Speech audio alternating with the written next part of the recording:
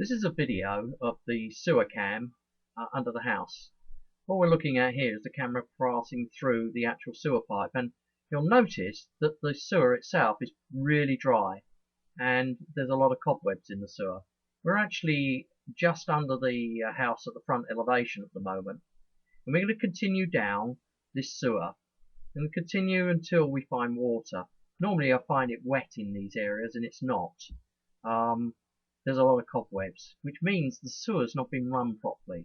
But in a moment you're going to see that we move from an area which is totally bone dry into an area where we have water, and you can see the water here. We're passing along the pipe, and I'm going to keep going along that pipe until I reach the end of it. But as I'm going along the pipe, you can see I'm getting deep into the water. We've passed some debris, and now we're passing through water.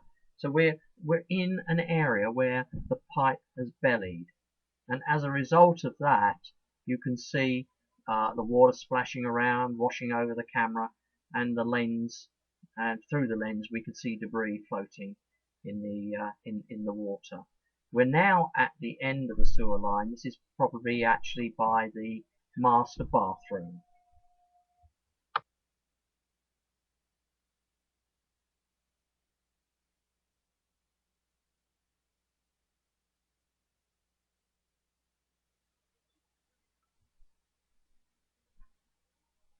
At this point I start to move the camera back and forth in the pipe. The intention is to unblock it if there's a blockage that I can't see that's off camera perhaps, or anything that's stopping the water moving, because I want to identify whether this really is a belly or not. And despite my efforts to actually get the water to run and flow, nothing happens. And you'll see over the next minute or two how I try to actually get that water free, but in the end I have to give up. It's a belly in the line. There's standing water there. This water shouldn't be there. It really does indicate quite a big problem with the sewer, which you need to address.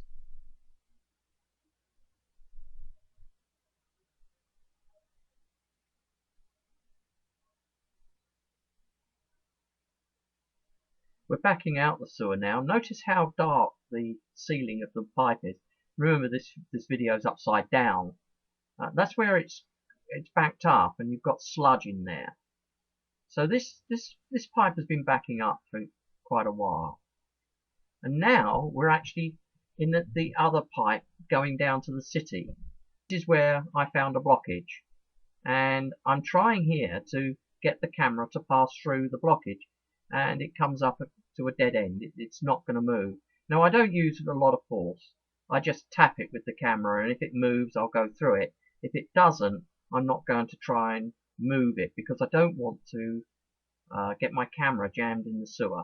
That would be a bit of a disaster for me. These cameras are like $5,000 each, so not cheap pieces of equipment.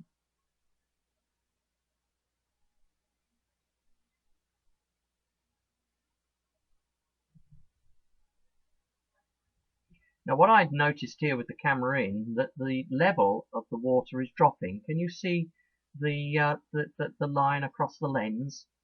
Can you see the water? So water is actually getting out, is passing through the debris that's blocking the pipe. So it's not 100% blockage. However, if it's not cleared, it will be very quickly become 100% blockage, and no water will flow out. So you see it dropping down now, the level of the water, which is a good thing. We are getting some water flow there.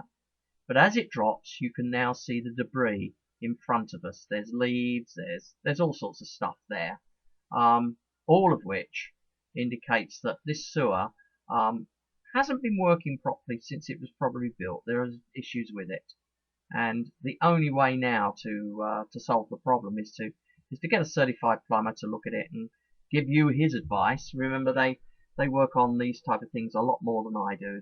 I don't fix anything ever. I just find the problems. So get a plumber, find out what needs to be done, and get a price for it.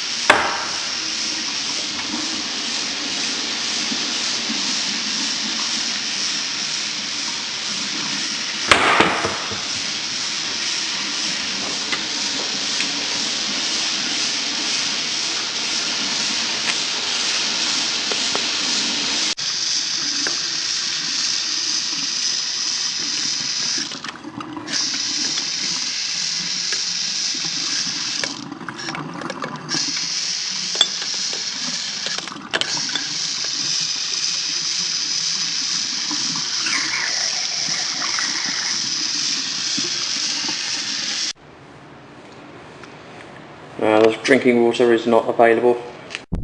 Grading around the building is not up to modern standards. It's actually flat at the foundation. It should actually be sloping away from the foundation, but it's what you expect to find on buildings of this age, so it's just one of those things. The grading on the left hand elevation is better. It's sloping a bit better there. The yard is very big, so it's not going to have, I think, any sort of issues with drainage next to the foundation. So although it's not up to modern standards, it's going to be okay. At rear elevation, there's a sunroom extension. It actually is on.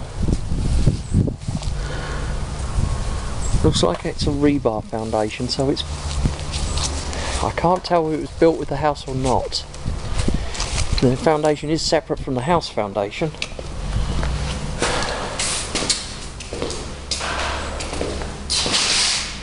Yeah, it's a separate foundation.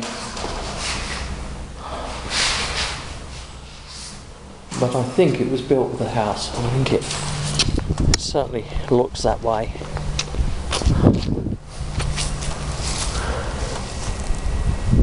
It certainly has an integrated roof over the top of it.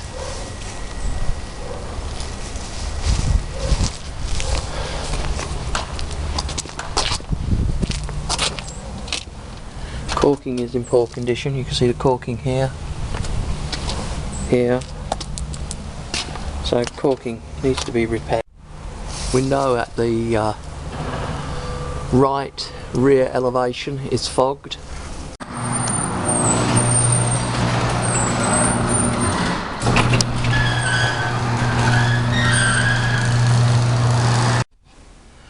This is thermostatic control for the furnace, which is located on the left hand elevation in the attic. You can see I've got the temperature here raised to 80, and it shows that the heating is on, so the furnace should be burning. We come up into the attic.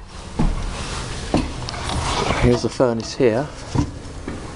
As you can see, there's no signs of blue flames, so this furnace, that's the furnace at the left hand elevation of the house, is non-functional. This is a furnace at the right hand elevation, and you can see the blue flames there burning away nicely, so this furnace is actually operational.